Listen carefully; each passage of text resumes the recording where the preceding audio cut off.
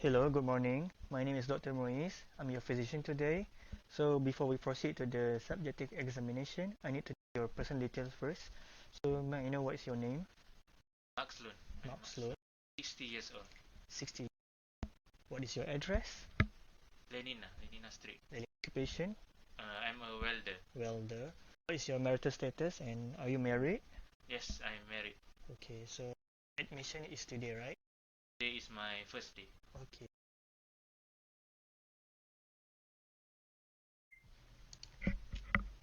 Okay, Max. For subjective examination, I need to ask you a few questions. What brings you here and what are your complaints? I have very intense pain at my left arm, and I don't know what to do to relieve this pain. Do you have anything more to add to your I also have numbness and coolness at my finger. numbness and coldness at your easily get bruised? Yes. Any gum bleeding? Yes.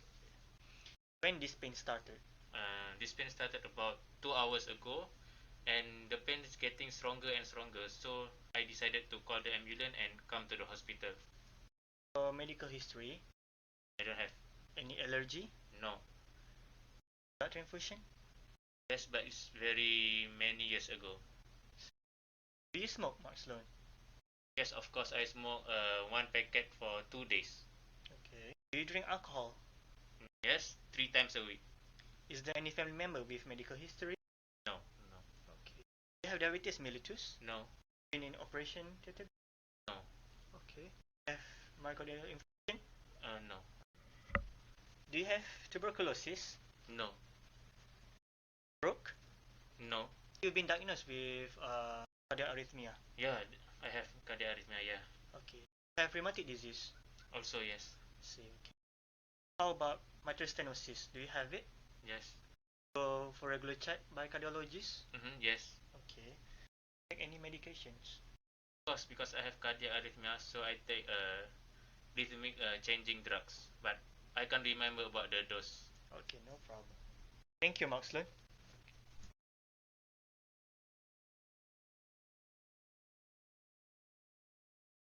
Okay, Maxlon. I'm going to do objective examination for you. So, for general condition, I will give you satisfactory. And may I take your glasses, please? So for Glasgow Coma scale, it is 15 points. And then for the look on the face, is older than his actual age. And for your posture, from the moment you came, I can say that you're on dependent posture because you're supporting other hand because your left hand is in pain, right? Okay. And for your BMI overweight, because your weight is 85 kilogram and your height is 170 centimeter. For constitution is normal, and for nutrition status, you're well nourished and symmetrical state of development. And for your skin, so there's a pale skin on your left arm, absence of hemorrhage, no scars, no pigmentation, no edema at upper and lower part of your body. And for your temperature, I already checked it and you got 36.8, which is normal. But there's a coldness on your left arm, but on your right arm is normal, okay?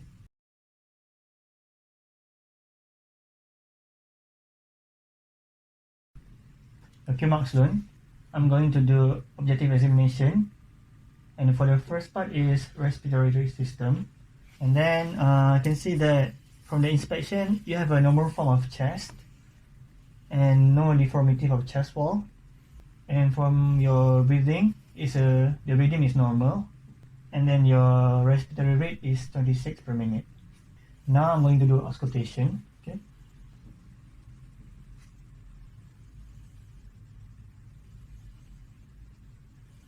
You can turn your back, please.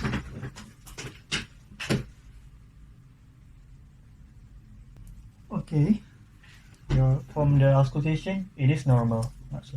So for the conclusion of the respiratory system, you can say that from the inspection, it's a normal form of chest, no deformities of chest wall. His respiratory rate is 26 per minute with a normal rhythm, and also the chest also symmetrical, and there's a vesicular sounds, brief sound, and include all in his lung. That's all. Okay, Mark Sloan, I'm going to do objective examination for your cardiovascular system, okay? Now it's for the auscultation.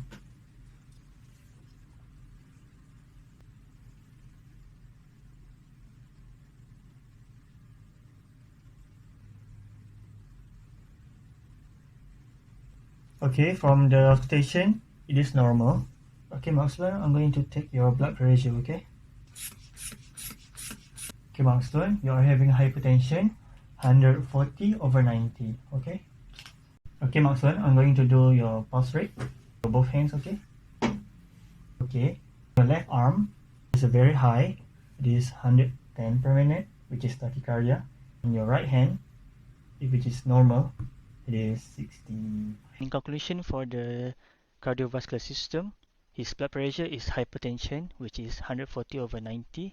Meanwhile, his pulse rate for his left arm is tachycardia, 110. Meanwhile, for his right arm, which is normal, 65. So his auscultation is also normal. Now I'm going to do GIT inspection towards my patient, which is Mark Sloan. So for this first part, I'm going to do palpation. This is light palpation.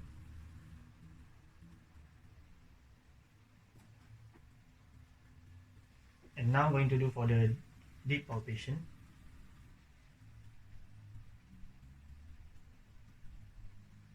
Do you feel any pain, Mark Sloan? No. And now I'm going to do belly of the kidney. Okay. For the second part, which is percussion.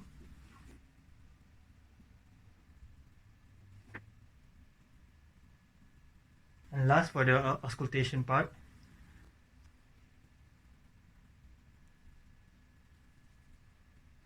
Sloan, thank you. You may get dressed right now. For the GIT inspection, and in conclusion, I can say that the patient has normal overlying skin, no abdominal distension, abdomen was moving with respiration. During auscultation, there was a bowel sound, soft, non-tender, palpable mass, and no megaly. That's all. After gather all the information needed, we can make a conclusion on the hemostatic system. In this case, a patient is having rheumatic disease, which cause damage on the mitral valve and cause stenosis. The endothelium that damage will activate the platelet and the coagulation will happen. This situation will activate the formation of the thrombi, which is the blood clot, especially at the left atrium. From the virtuous triad, we can conclude that the blood hypercoagulability will be present. Also, there will be the damage of the vessel wall, and there will be a change in the blood flow. The change in the blood flow is not slow, as the damage happened in heart, where there will be a fast motion of blood, especially at the stenosis area. From virtuous triad, 2 out of 3 triad are affected. We can make a conclusion that there will be a high activity of hemostatic system that can cause a thromboembolytic complication to the patient. We also can conclude the situation by perform blood tests. We can see that there is a low bleeding time, clotting time, prothrombin time, and activated partial thromboplastin time together with international normalized ratio of the patient. This shows there will be a hypercoagulability present in the patient. There will be a high of the platelet count because the platelet is accumulate in the site of the damage in a high amount. Cholesterol level, glucose level for diabetes, troponin T and I, activity of creatine phosphokinase, AST and ALT, erythrocyte sedimentation rate, and leukocytosis will also be high. As a final diagnosis, we can explain to the patient that he have a thromboembolism at his left brachial artery. This is due to the rheumatic disease. It results in scarring of heart valves and cause damage at the endothelium site. This damage can lead to formation of the blood clot in the left atrium. One of these clot move away and flow to the brachial artery, which then form the blockage of the blood flow. And this is why he will feel numbness and coldness at his left arm, as he does not have sufficient blood supply at the site, as it has been blocked. As for the treatment, we will advise patient to lose his weight and have a healthy diet together with do a physical exercise. He also will have smoking cessation. The medicine that we will prescribe to the patient is vasodilator. We will give the patient 1 tablet of verapamil, 180 mg, once a day before bed at night. This is to dilate the vessel and prevent the clotting of the blood to form. Other medicine that we will give to the patient is antiplatelet drug, which is aspirin. This is to prevent the formation of the new blood clot in the vessels. The patient will prescribe aspirin 160 mg, 1 tablet, once a day after breakfast. If the medical therapy fails, the surgical treatment will be needed to prevent any serious complication.